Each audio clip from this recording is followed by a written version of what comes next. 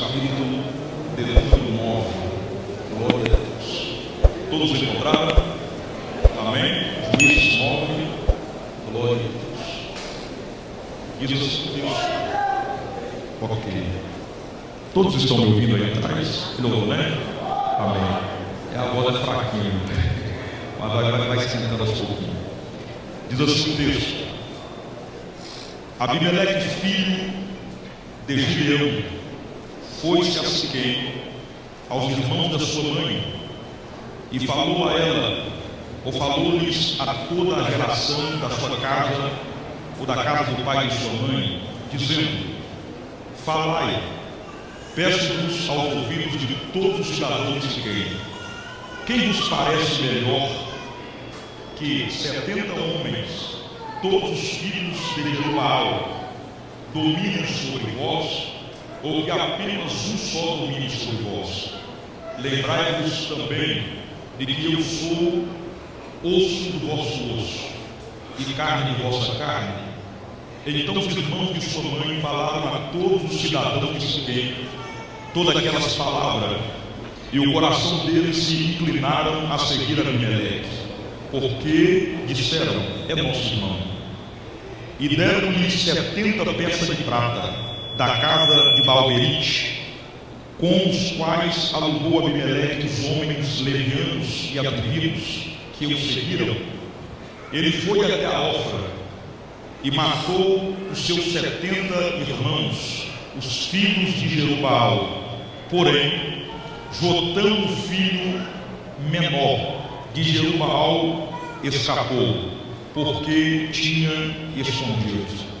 Então ajuntaram todos os cidadãos de Siquém e toda a Bet-Milo, e foram e proclamaram Abimeleque rei junto ao carvalho memorial que está perto de Siquém. Amém?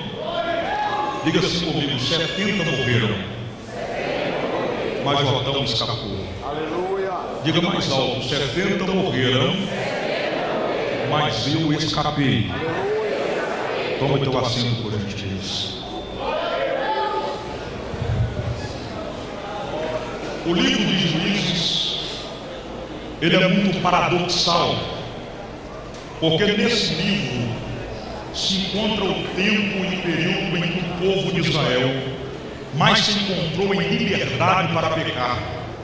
Mas também nesse mesmo livro você encontra o povo de Israel também em uma ascensão de arrependimento.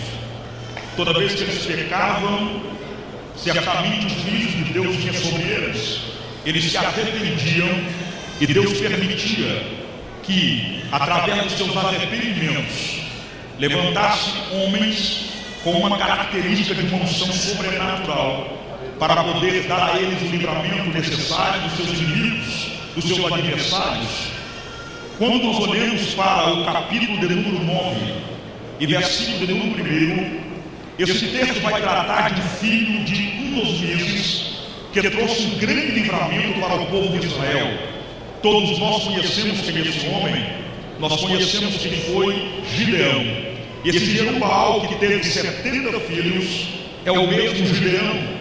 A Bíblia Sagrada nos relata que os medianitas, diversamente ou várias vezes, saqueava o povo de Israel. Mas um dia o Senhor deu a esse homem sabedoria, estratégia, ousadia, e simplesmente com 300 homens, com um cântaro na sua mão, com uma tocha e com um cântico, diz a Bíblia que eles derrotaram os medianitas. E através de Gideão, o povo de Israel viveu 40 anos de paz, 40 anos de abundância, 40 anos podendo colocar a sua cabeça no travesseiro e dormir tranquilo, 40 anos plantando e colhendo, porque é sabido de todos nós que toda vez que o povo plantava, os medianitas iam lá e saqueavam. Os medianitas eram considerados como os gafanhotos.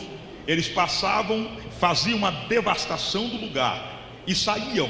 Quando o lugar novamente era replantado, eles voltavam de novo para saquear, além de levar a matança, a vergonha e a desonra para as moças que eram virgens.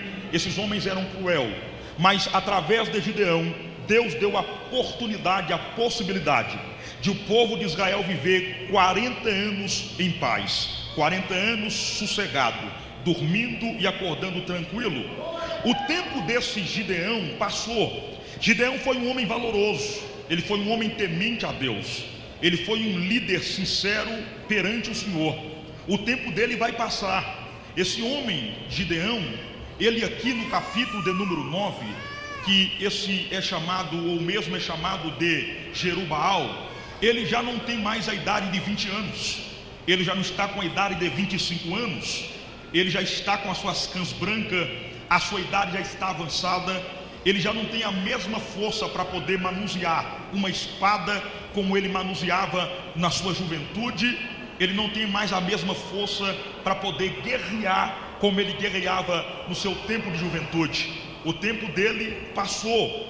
O que entristeceu Gideão é que nesse tempo de 40 anos que o povo está vivendo em paz, o pecado chamado pecado da ingratidão agrediu de novo o coração do povo de Israel. E esse povo voltaram a se dobrar a outros deuses alheios. Esse povo voltou a cultuar ao deus Baalim, voltaram a cultuar ao deus Baal-Berite. O povo de Israel, no pecado da ingratidão, de 40 anos de paz, em vez deles levantarem o altar do agradecimento, em vez deles levantar o altar da santificação, eles se voltaram a deuses de pedra, a ídolos alheios, e começaram a cultuar. Então o pecado se instalou novamente a Israel. Quando eles viram o livramento de Gideão, eles chamaram Gideão para ser líder, rei, coroado deles. Mas como Gideão observou que esse povo estava em pecado, ele rejeitou a ser rei desse povo. Ele deixou um legado, ele deixou um decreto dizendo: ora, eu não serei rei sobre vocês, eu não vou reinar, e muito menos nenhum da minha genealogia vai governar sobre vocês. Quem vai governar sobre vocês será o próprio Deus, o próprio Deus que vai liderar vocês, que vai governar sobre vocês. E como o tempo dele passou e a idade está aflorada, a idade está avançada, então Gideão vai passar os seus restos de dia na sua cidade natal por nome de Ofra. Ele pega tudo o que ele tem e vai para a cidade de Ofra. Mas quando chega na cidade de Ofra, o tempo dele passa. Deus decide recolher Gideão.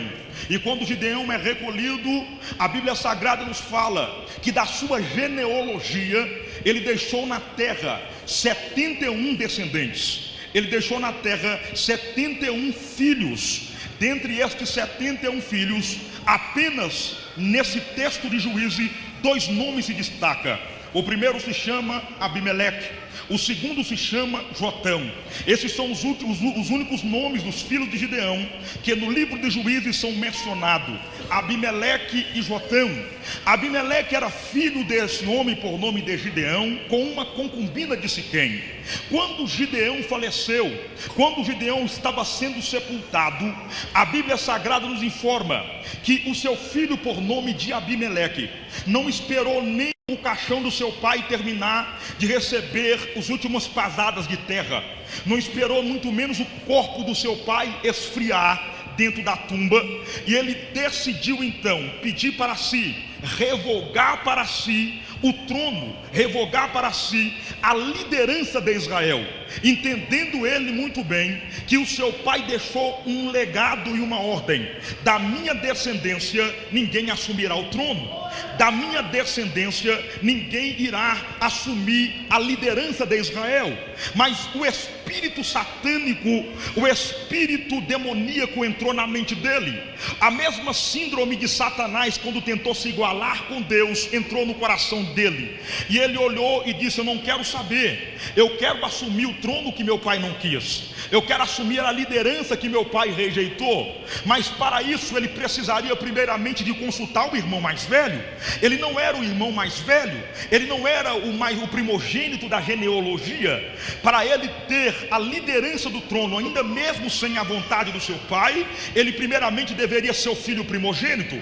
Mas ele não era o filho primogênito. A história conta que ele era o filho da concubina, mas era um filho do meio e não era o primogênito. Então ele não consultou nenhum dos seus irmãos, ele não fez uma reunião, ele assentou no seu coração fazer uma rebelião para poder assumir o trono de Israel.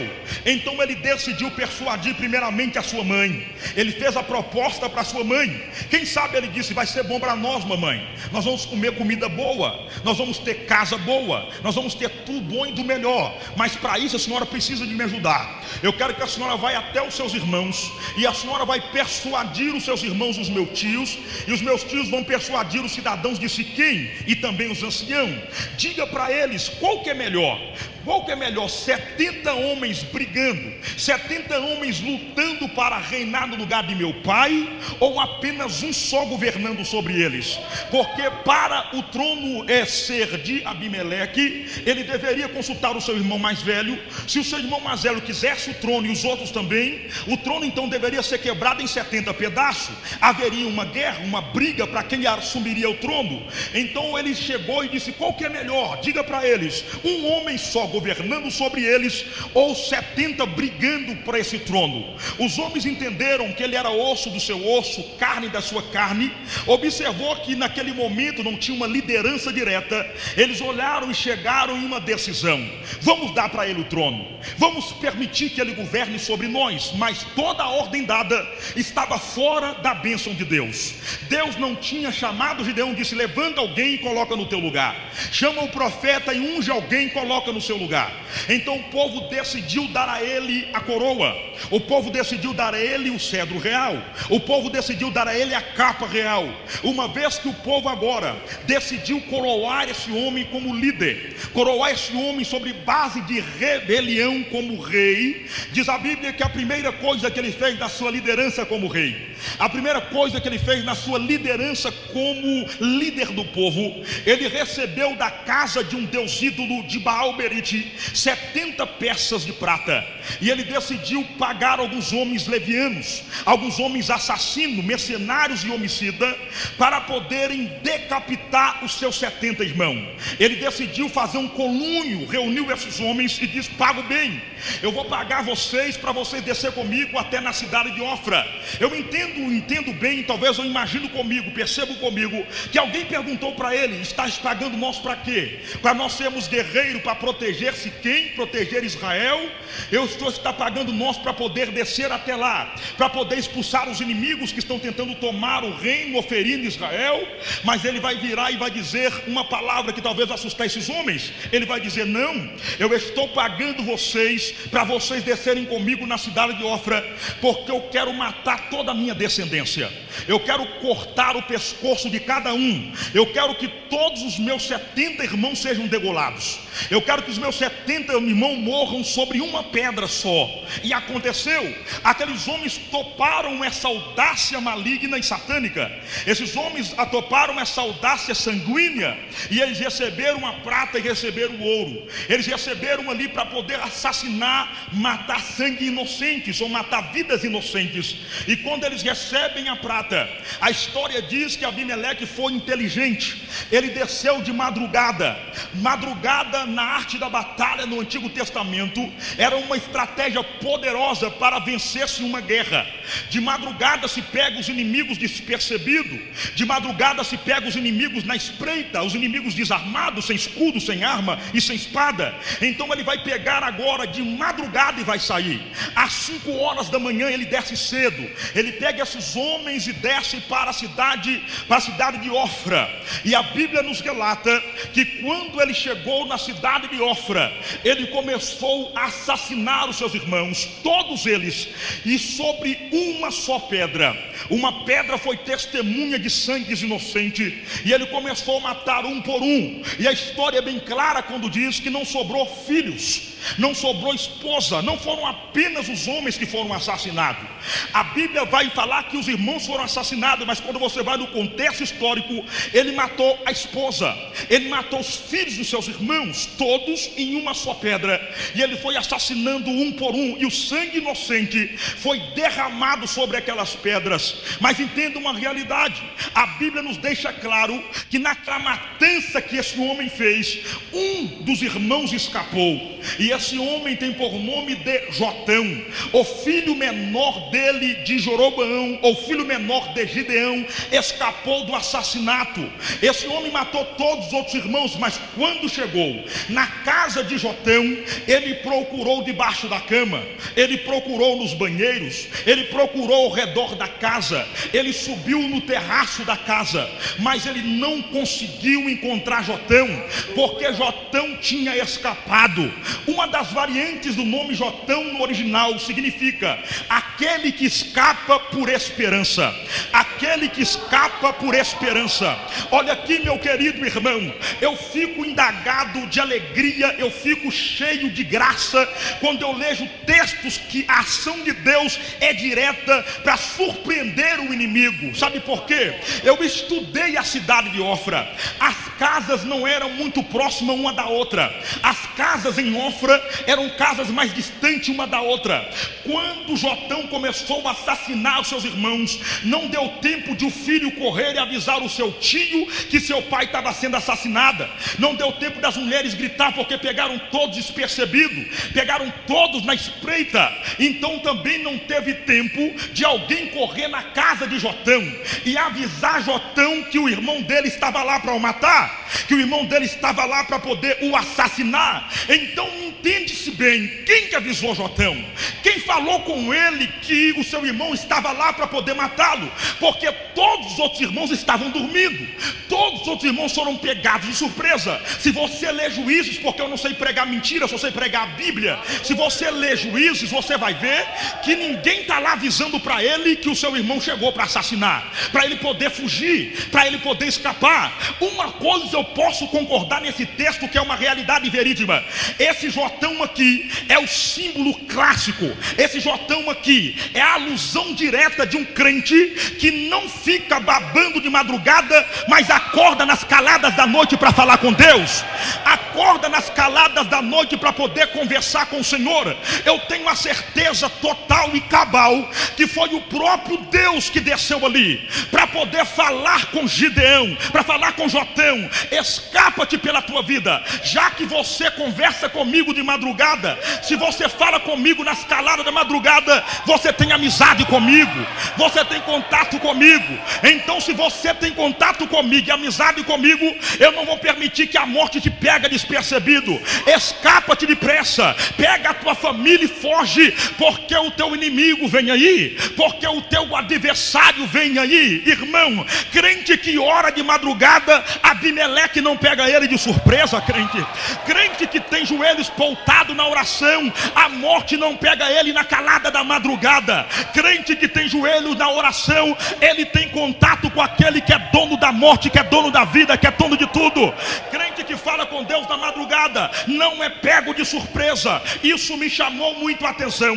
Por que é que esse rapaz, por nome de Jotão, escapou? Existe aqui 3 motivos pelo qual Jotão escapou. O primeiro motivo pelo qual Jotão escapou é porque Jotão era crente que orava de madrugada, falava com Deus nas caladas da madrugada. Crente que fala com Deus nas caladas da madrugada, Deus tem compromisso com ele para dar livramento. Deus tem compromisso para guardá-lo e para poder livrá-lo. É por isso que a morte não conseguiu chegar na tua casa. É por isso que a morte até hoje não conseguiu atingir tua família, porque você tem compromisso na oração. Crente que não ora é crente fraco, é crente despercebido, é crente que não tem estratégia. Mas crente que tem joelho no chão, meu irmão, Deus está do lado dele para poder lhe dar livramento. Falar com ele na calada da madrugada. Ele orava com Deus, ele falava a Deus na calada da madrugada. O segundo motivo pelo qual ele escapou é porque o texto deixa claro: ele era o menor. Aleluia! O compromisso com Deus não é com gente grande. O compromisso de Deus é com gente pequena. O compromisso de Deus é com gente menor. Ele era menor em 3 variantes. Ele era menor na idade, ele era menor na estatura e também era menor na humildade. Quem é menor na estatura, menor na humildade, menor na sua idade, menor no seu jeito de ser, Deus é com ele, porque o compromisso de Deus não é com gente grande. Eu estou vendo Abimeleque nesses últimos dias derrubando muita gente grande, muita gente que se acha por cima, crente que bate no pé dizendo: eu não preciso do conselho dele, não preciso da ajuda de A, não preciso da ajuda de B, eu faço do jeito que eu quero.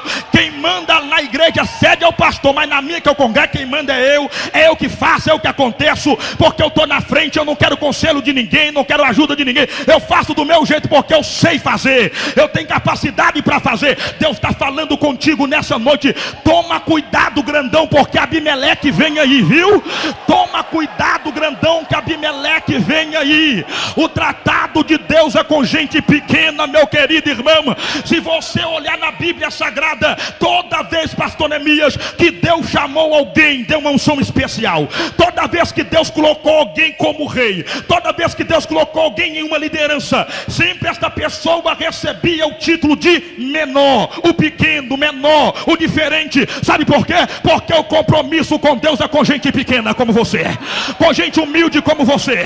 Porque grande ele abate, mas o pequeno ele pega lá embaixo do poço e ele coloca de cima. Deixa eu perguntar: aonde estão os menores aqui nesta noite? Aonde estão os menores aqui nesta noite? O Espírito de Deus me trouxe como profeta hoje nesta casa, para poder lhe profetizar uma palavra direta do altar de Deus. Deus manda lhe dizer nesta noite: não existe Abimeleque, não existe macumbeiro, não existe feiticeiro, não existe demônio, não existe perseguidor que vai tocar nos menores que Deus está separando, que Deus está levantando nesses últimos dias. Há um compromisso de Deus com a tua vida. Você é menor, pode ser, mas você é escolha de Deus, você é preferência de Deus. Deus conta com você. O contato de Deus. Aleluia. Então não julga o teu irmão pela estatura, não julga o teu irmão pela humildade. Eu já fui cansado de pregar em grandes congressos e ser julgado pela humildade. Eu não tenho cara de pregador, não tenho voz de pregador e nem roupa de pregador, mas uma coisa eu sei: eu sou menor, eu me considero pequeno, e todo que é menor e todo que é pequeno, Deus tem o tempo da tua exaltação, Deus tem o tempo de levantar. Até o nome do Senhor dos Exércitos, aleluia. Olha aqui para mim, o terceiro motivo pelo qual o rapaz por nome de Abimeleque, o rapaz por nome de Jotão, ter escapado, é porque Jotão foi escondido. Jotão foi escondido. O texto diz que ele escondeu, mas eu tenho certeza que quem escondeu Jotão foi Deus. Quem escondeu Jotão foi Deus. E quando Deus decide esconder alguém, meu irmão, pode contratar o espião, pode contratar o detetive particular, pode levantar quem quiser, mas não consegue achar. O esconderijo de Deus não é igualzinho ao esconderijo da Casa Branca. O esconderijo de Deus não é igualzinho ao esconderijo que o Osama Bin Laden ficou escondido. Todo mundo dizia: não encontra mais, não acha ele mais. Ele escondeu, ele fez o que fez, ninguém vai encontrar. Que não encontra, esconderijo do homem. Ele foi achado, porque o esconderijo do homem é falho, mas existe um esconderijo que Deus escondeu Abimeleque, que o inimigo não conseguiu achar. Que esconderijo é esse, pastor? É Bíblia pura. Salmo 91. Aquele que habita no esconderijo do Altíssimo, a sombra do Onipotente o descansará. Olha aqui para mim, meu querido irmão. Enquanto a obra do Senhor está para se concretizar na tua vida, Ele não vai permitir que assassinos espirituais achem você. Você está no esconderijo de Deus. Eu estou profetizando nessa noite, senhores pastores, vocês estão no esconderijo do Altíssimo. Deus está escondendo o teu ministério, Deus está escondendo a tua família, Deus está escondendo a tua casa. Você está no esconderijo do Altíssimo.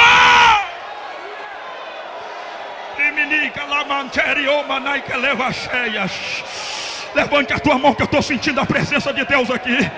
Eu estou sentindo a presença de Deus aqui. Liminicandaramacheia. Há um livramento de Deus para a casa de obreiros aqui essa noite. Há um livramento de Deus para a casa de homens e mulheres que entraram aqui nessa noite. Alguém está dizendo, mas ele é terrível, era terrível. Por que é que esse rapaz não morreu ainda? Por que é que esse homem não morreu ainda? Sabe por quê, obreiro? Porque você ora. Sabe por quê, meu irmão? Porque você ora.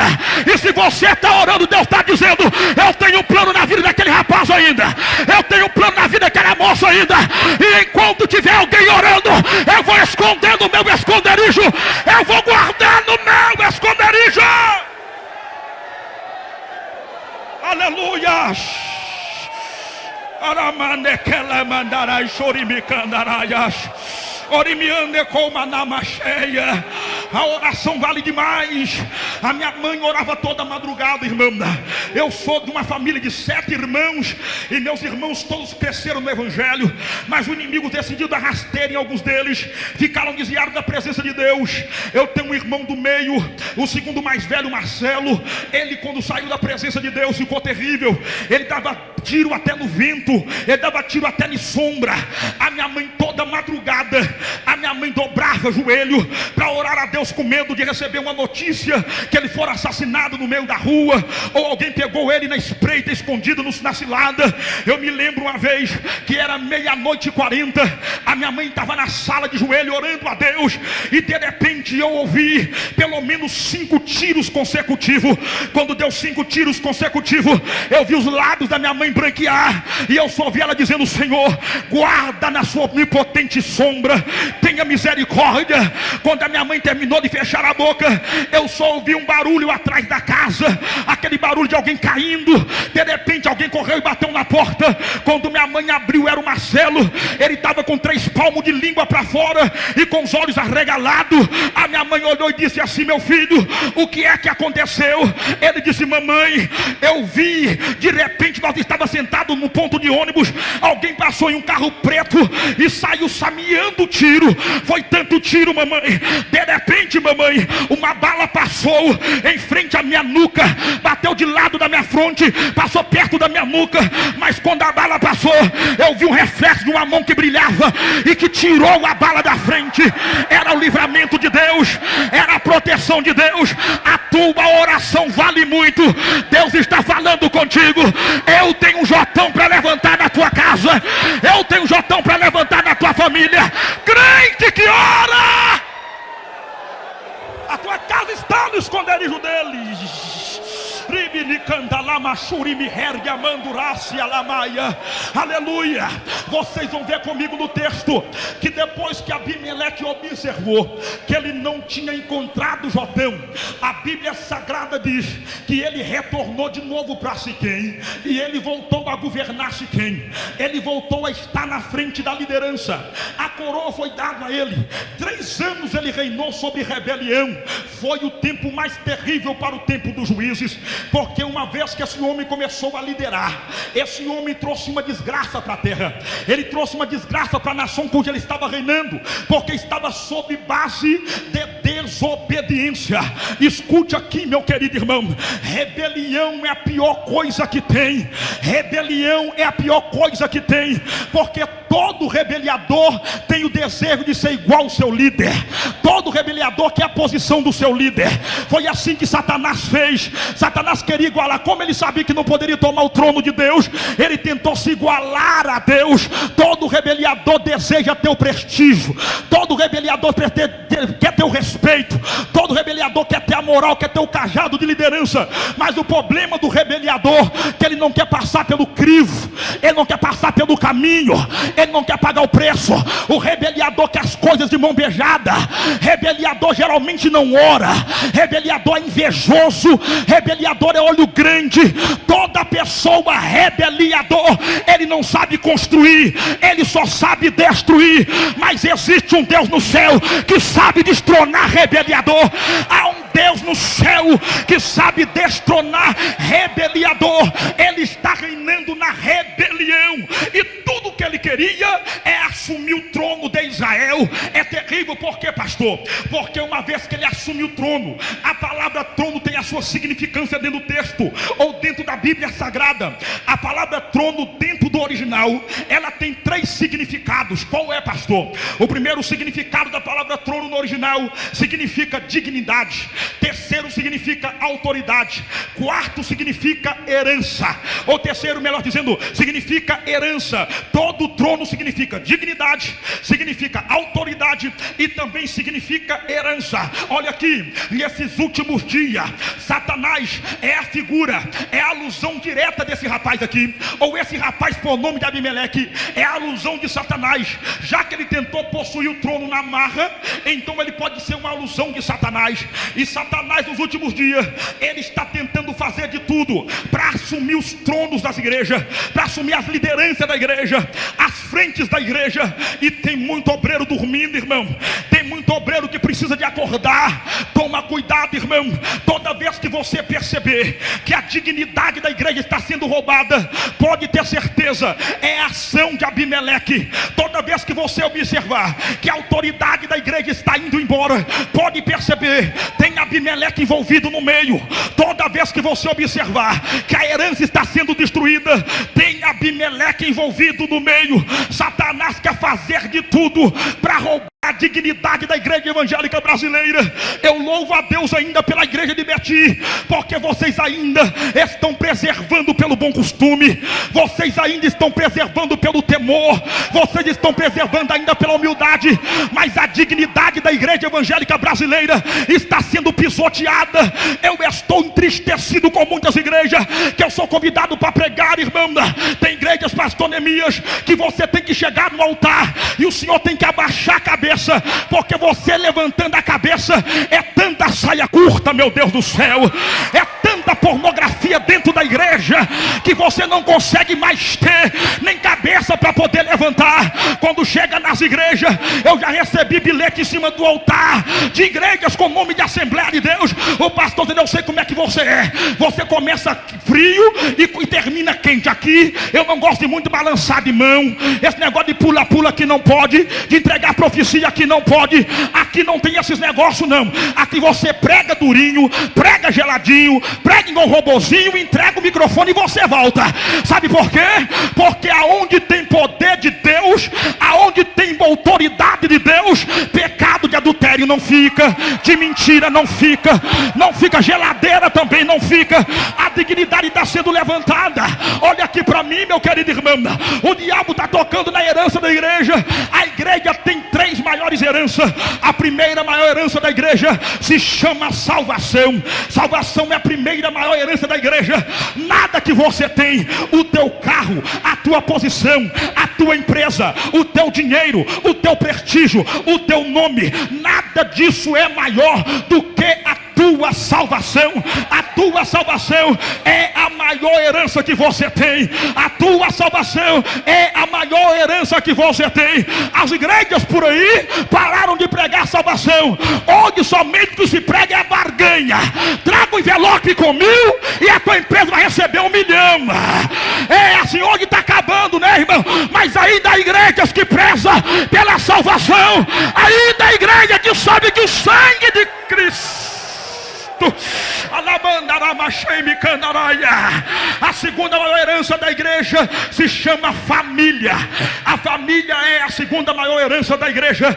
A terceira maior herança da igreja é os bens que você conquista com a tua labuta, porque todo homem e mulher que trabalha, ele é dignificado pelo seu trabalho. Eu estou nesta noite aqui como profeta de Deus. Se me impede de falar a verdade em outras igrejas, aqui eu tenho liberdade para poder profetizar. Abimeleque não vai roubar a dignidade dessa igreja. Abimeleque não vai roubar a autoridade dessa igreja. Abimeleque não vai tirar a herança dessa igreja. Eu profetizo que toda vez que levantar um Abimeleque em Betim, Deus vai levantar 10 Jotão. Deus vai levantar 10 Jotão. Deus vai levantar. Eu não sou de fazer isso, meu irmão, mas com todo respeito ao teu irmão, diga assim para ele: Deus conta com vocês. Oh, aleluia. Oh, glória ao nome do Senhor dos Exércitos. Deus conta com você, senhores pastores. Deus conta com você, minha irmã. Não abra mão para Abimeleque. Deus está falando contigo nesta noite. Você não escapou por acaso. Você está vivo até hoje porque Deus tem um propósito, obreiro. Ei, irmã, Deus tem um propósito. Ei, glória a Deus. Ele está reinando debaixo de perjúrio. Ele está reinando debaixo de rebelião. E olha aqui, vocês vão ver comigo que o rebeliador tem atitudes. Qual que é a primeira atitude do rebeliador? A primeira atitude do rebeliador é matar todo mundo que para ele é perigo. Todo mundo para ele que é perigo ele vai matar. E é por isso que ele matou os seus 70 irmãos. E olha que ele é tão covarde que ele usou dinheiro do templo, esse vagabundo. Ele usou dinheiro do templo para poder assassinar seus irmãos. Ele tirou dinheiro do templo para acabar com a vida dos seus irmãos. Ele pagou, não foi do bolso dele não, esse miserável não trabalhou. Ele foi lá e tirou do templo 70 pratas e foi lá pagar para alguém matar, para alguém destruir os teus 70 irmãos. Entenda uma coisa, meu querido irmão, se você quiser saber das características do Abimeleque, é só você olhar o pezinho dele. Ele nunca está do lado do seu companheiro. Ele nunca fala bem do seu irmão. Ele sempre tem uma coisinha. Ó, pastor, se eu fosse você, eu tirava ele de lá, que eu vi um jeitinho dele assim. Ele trabalha assim, ele faz assim, ele acontece assim. É Abimeleque, ele não está contente, não está alegre com o campo que foi dado para ele. Ele não está feliz com a igreja que foi dada para ele, ele quer mais. Ele sempre quer mais. Para ele ter um espaço livre para crescer, então ele vai matar, então ele vai assassinar. Mas aqui não tem lugar para ele não. Aqui é um Deus vivo. Ele não está morto, os olhos dele estão dentro. Ele vê todas as coisas. Ele pagou pela cabeça dos seus irmãos. Olha aqui, meu querido irmão, toda pessoa que Deus vai honrar, toda pessoa que Deus está honrando, toda pessoa que Deus vai levantar para o seu nome ser honrada através dela, essa pessoa já tem a sua cabeça comprada. Essa pessoa já tem a sua cabeça comprada. Jesus nasceu na manjedoura. Quando Jesus começou a ganhar destaque, sabe o que aconteceu? Pagaram pela cabeça dele 30 moedas de prata, porque ele estava crescendo. Só porque João Batista pregava arrependimento, uma mulher dançou e pagou pela cabeça dele. Jotão pagou pela cabeça dele, só porque o teu nome é escape pela esperança, e Deus tinha um propósito na vida dele. Senhoras e senhores, entenda o que Deus está falando contigo. Você sabia? A tua cabeça está no teu pescoço, porque Deus tem um propósito. Porque já pagaram caro pela sua cabeça. Já pagaram caro pela sua cabeça, meu querido irmão. Alguém pagou caro porque sabe do propósito de Deus na sua vida, hein, pastor Nemi? Tu sabe dizer isso? Os pastores que estão aqui sabem dizer isso, aleluia. Por causa do propósito de Deus na vida dos senhores. Alguém pagou caro para ver sua derrota, para ver sua queda. Mentirosos, caluniadores, fofoqueiros. Ele pecou, ele fez e aconteceu sem ter feito. Pagaram o macumbeiro para ver se a tua queda é grande, é alta. Mas o Senhor me trouxe aqui para lhe dizer: se estão pagando para ver tua derrota, se estão pagando para ver o teu pescoço na bandeja, está jogando dinheiro fora, está gastando dinheiro à toa, porque o preço que você já foi pago é maior do que prata, é maior do que ouro, é maior do que peso, é maior do que dracma de dracma. A tua cabeça vai permanecer no mesmo lugar, porque alguém já comprou a tua vida com o sangue derramado na cruz do Calvário. Ele já pagou. Eu estou sentindo Deus aqui. Olá, Macheme, Necama, Narachorianderebiala, Arabarachurimi, Nicanda, Lamacheia. Deus está falando com alguém aqui nessa noite. Coloque a tua cabeça no travesseiro e dorme em paz. Aquieta a tua alma. Nenhuma arma preparada contra a tua vida vai prevalecer. 1000 cairão ao teu lado, 10.000 à tua direita. Você não será atingido.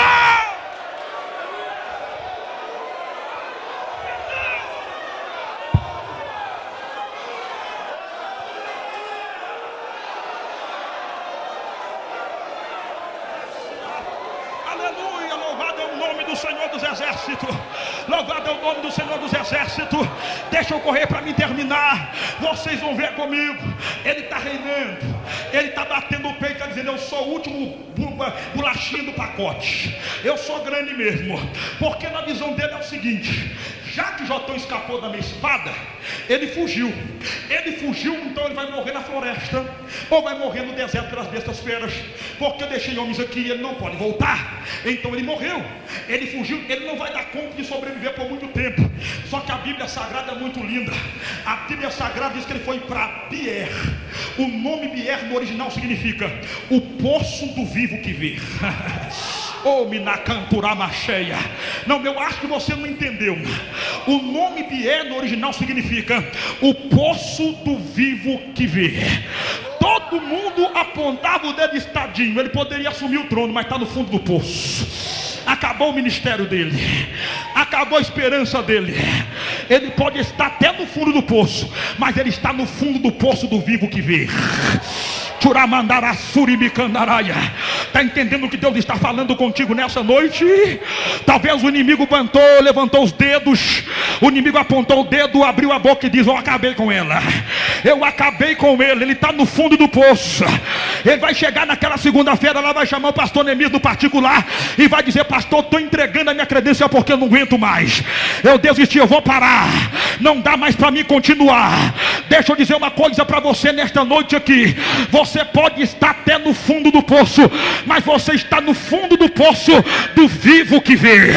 Deus está vendo, Deus sabe o que está acontecendo, Deus sabe o que se passa com você. Entenda uma coisa: aceita o trabalhar de Deus. Ei, querida irmã, ei, querido obreiro, não te apressa. Eu sei que você está dizendo assim: mas eu poderia estar lá, eu poderia assumir aquele lugar, eu poderia assumir aquela posição, mas ninguém me vê, ninguém está me enxergando. Será que você não está entendendo? É Deus que está te guardando, Deus está te escondendo, Deus tem a hora certa para você aparecer. Para de pressionar o pastor e falar: me consagra logo, me dá aquela consagração, me dá logo, pastor, aquela igreja, me coloca para pregar naquele trabalho, pastor. Oh, pastor, eu quero fazer parte da diretoria, pastor. Será que você não está entendendo? Deus está falando contigo. Aguarda o tempo, Ele está te escondendo, Ele está te guardando, porque toda pessoa que tem uma promessa sempre terá uma Abimeleque no calcanhar dela. É Deus que está usando o pastor para te guardar, para te proteger. Tem a hora certa, tem o tempo certo. Não desista, não abaca a tua cabeça. Na hora certa Deus vai mandar te chamar, Deus vai mandar te chamar.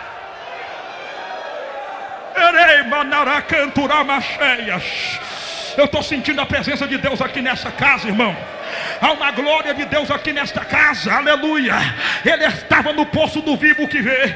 A hora que Abimeleque pensou que estava por cima, Deus foi lá no poço do vivo que vê, aleluia, e desceu lá e disse assim para ele: sai do poço, sai do fundo da lama, porque eu sei que você é de genealogia de guerreiro, mas eu vou tomar tua boca como profeta hoje, aleluia. Ele saiu lá do fundo do poço, já levantou como profeta. Diz a Bíblia Sagrada que quando ele recebeu a notícia que Abimeleque governava, o Senhor falou com ele: vai profetizar hoje. Ele subiu correndo, foi lá para o monte Gerizim.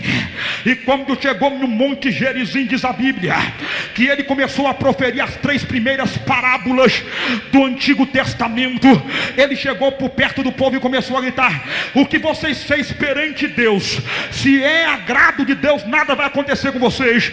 Mas se o que vocês fizeram, matando a família de meu pai, assassinando os irmãos do meu pai fez, algo de grave vai acontecer com vocês. Eu quero lhes passar uma parábola, povo de Israel. Um dia as árvores que simbolizam Israel foi até a oliveira e disse: oliveira, reina sobre nós. A oliveira disse: não vou reinar. Pararia eu de dar o meu azeite que agrada tanto a Deus e agrada aos homens para reinar sobre vocês? Não vou reinar. No outro dia eles foram até a figueira e disse: figueira, reina sobre nós. A figueira disse: pararia eu de dar o meu figo doce que honra tanto a Deus e aos homens para reinar sobre vocês? Eu também não vou reinar. Então as árvores foram até a videira e disse: videira, reina sobre nós. pastores, a videira diz: para eu lhe dar o meu vinho, que honra a Deus e aos homens, para reinar sobre vocês. Eu não quero reinar sobre vocês. Então as árvores foram até o espinheiro. O espinheiro se representa Abimeleque, e disse para o espinheiro: espinheiro, reina sobre nós. O espinheiro disse: fica debaixo da minha proteção, fica debaixo da minha sombra, mas se vocês saírem debaixo da minha sombra, fogo vai sair de mim e vai consumir vocês. Olha aqui, por causa de um mau líder, por causa de um mau obreiro, o povo de Israel perdeu 3 árvores memoriais, memoriais da parte deles, que eles prestigiavam e honravam: a árvore chamada oliveira, a figueira, a videira. A oliveira é o símbolo religioso de Israel, a figueira é o símbolo nacional, a videira é o símbolo espiritual. Olha aqui para mim, meu querido irmão, entenda uma coisa, pastor Neemias: eu sei respeitar homem de Deus, eu sei respeitar obreiro, até porque para mim chegar aonde eu estou, eu tive que passar por um crivo diante dos meus pastores. Eu fui muito bem ensinado, mas entenda uma coisa: quando temos que falar a realidade, não podemos engolir, pastor. Entenda uma coisa: quer descobrir quando você tem uma Abimeleque em uma congregação? É só o senhor observar. Se lá não tiver oliveira, se lá não tiver figueira, se lá não tiver videira, o mau obreiro está dentro daquela congregação. Porque quando Abimeleque assumiu, o povo olhou e disse: perdemos oliveira, nós perdemos figueira e nós perdemos videira. Toda igreja que não tem oliveira é uma igreja seca. O azeite do Espírito de Deus não jorra mais nela. Não se vê mais o ancião profetizando na esquerda e o menininho de 5 anos interpretando na direita. Você não vê crente mais chorando, você não vê mais pessoas de joelho arrependida pelos seus pecados.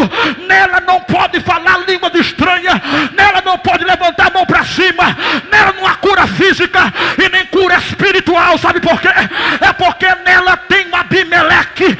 Mas toda igreja que tem o Jotão, nela tem azeite, nela tem a glória, nela tem a graça, nela Deus pode operar e agir. Toda igreja que não tem figueira, toda igreja que não tem figueira, ela não cresce. A figueira é o símbolo do crescimento, fruto. Disse Salomão: nós habitamos debaixo da figueira e prosperamos. Ei, se te der uma igreja com 100 membros e em vez desses membros ir para 200 está indo para 50, tem alguma coisa errada nela. Eu estou sentindo a presença de Deus aqui nessa noite. Jesus está falando aqui nessa noite. Se te der um lugar aonde você tem que chegar lá, e em vez dos 50 crentes que está lá ir para 100, descer para 25, alguma coisa está errado nela. É porque tem Abimeleque, sabe, irmão? Tem Abimeleques que em vez de trazer o fruto, ele tira o fruto. Em vez de fazer crescer, ele acaba. Deus está falando nessa noite aqui. Eu não vim aqui para bater em ninguém. O teu pastor, presidente, os teus diretores não dá pé de você para ver, mas há um Deus dele que está te vendo, e na hora certa ele vai dar o livramento para essa igreja.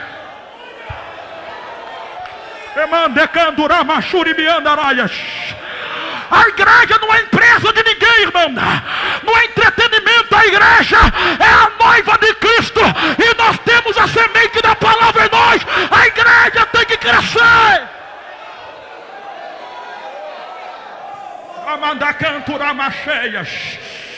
O teu nome pode comprar o homem, o teu dinheiro pode comprar o homem, a tua posição pode comprar o homem, mas não compra o Deus vivo. Você pode tocar em todo mundo, mas não mexe com a igreja de Deus, não. Pode mexer com todo mundo, mas não mexe com a igreja de Deus, e muito menos toque em um homem de Deus. Aonde tem um homem de Deus, uma igreja de Deus, não mexe. Eles perderam a videira. A videira representa o símbolo da alegria, o símbolo do Espírito Santo. Sabe por que é que tem crente levantando mão aqui hoje? Sabe por que é que tem crentes hoje falando línguas estranhas aqui? Sabe por que é que essa igreja está cheia? Porque aqui tem oliveira, figueira e tem videira.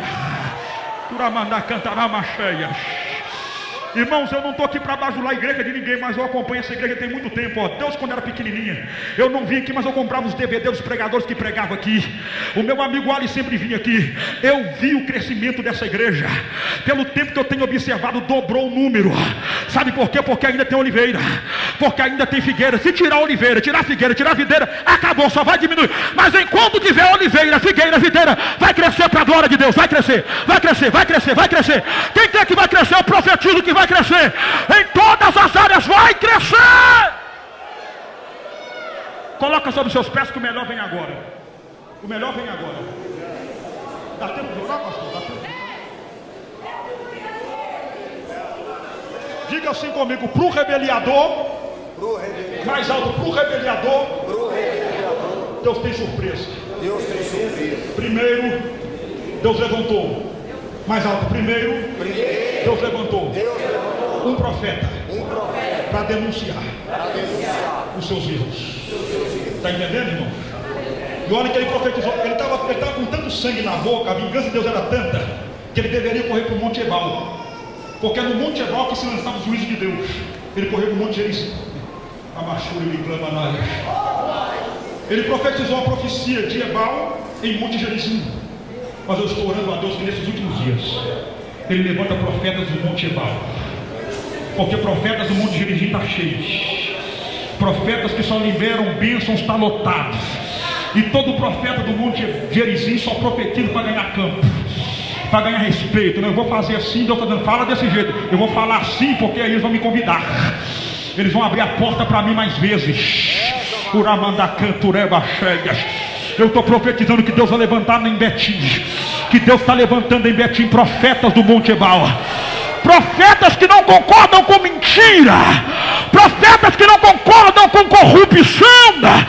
Eu profetizo que Deus vai levantar em Betim uma igreja modelo, onde tem profetas que não temem o homem, que pregam a verdade.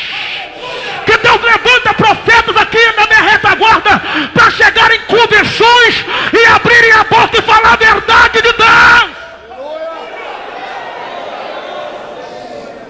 Mas a casa de Abimeleque vai cair. Vai. Ele se sentiu tão grande, porque nesses 3 anos ele reinou tão mal, pastor Neemias, que o povo começou a rejeitar ele. Os primeiros: não queremos seu reinado aqui. Pode dar o seu caçar seu rumo. Ele diz: vai, não. Você me colocou aqui, então eu vou começar a jogar sal e vou queimar a cidade. Todas as cidades ao redor dele jogou sal. E você sabe que o sal invalida crescimento. Todo lugar que era lançado o sol não dava mais para plantar. Ele começou a queimar os lugares e pôr sal. Ele foi queimando cidade uma atrás da outra. Mas um dia ele chegou em uma cidade. Oh, glória a Deus.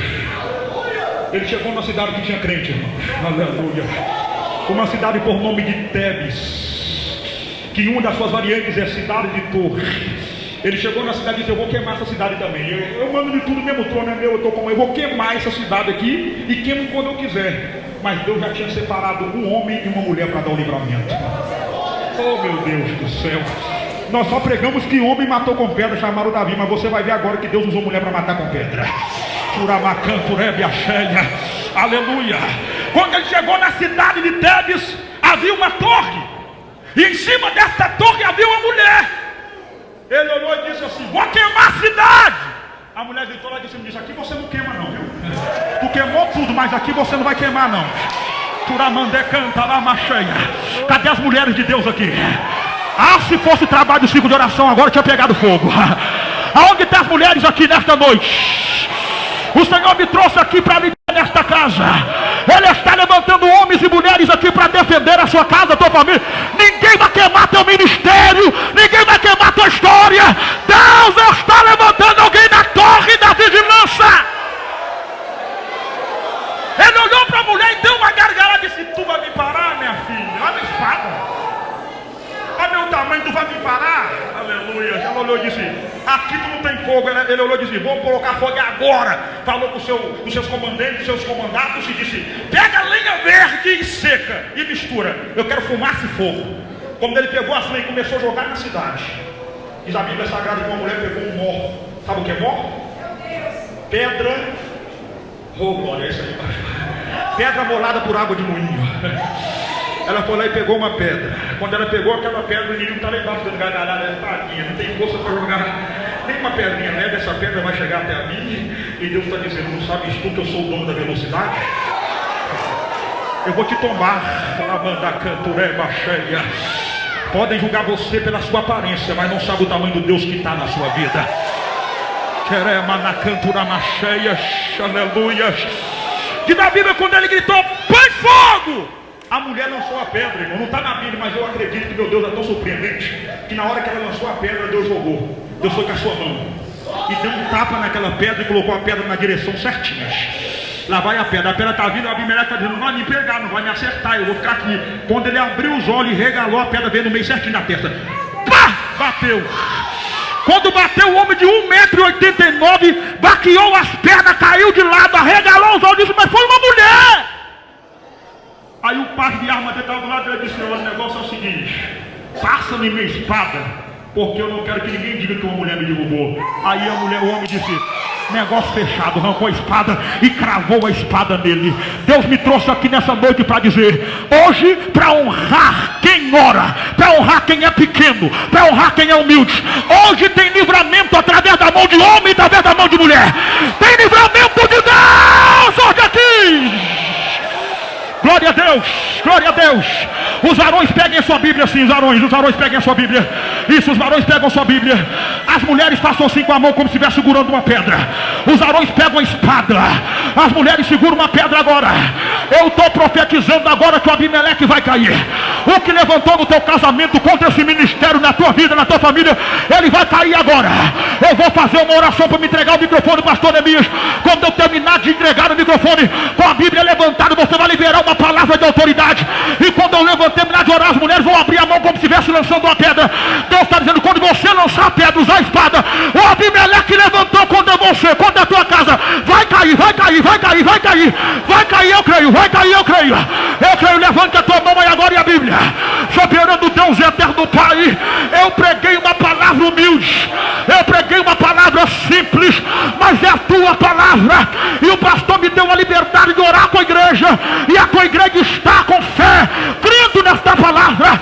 Eu te peço agora, aonde tiver uma mulher de fé, que está na torre da oração, coloca uma pedra viva na mão dela, chamada Jesus de Nazaré, para derrubar o teu inimigo.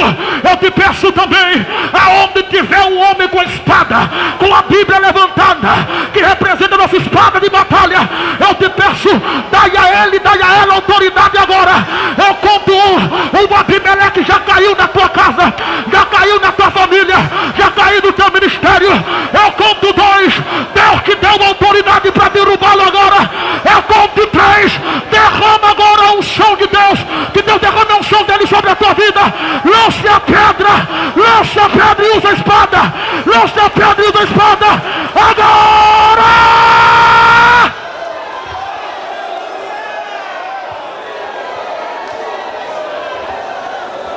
Glória a Jesus, aleluia. Senta dando glória a Deus, senta glorificando o nome de Jesus. Ele está aqui nessa noite, o seu Espírito tem plena liberdade de habitar em nosso meio nessa noite. Aleluia, glória a Deus.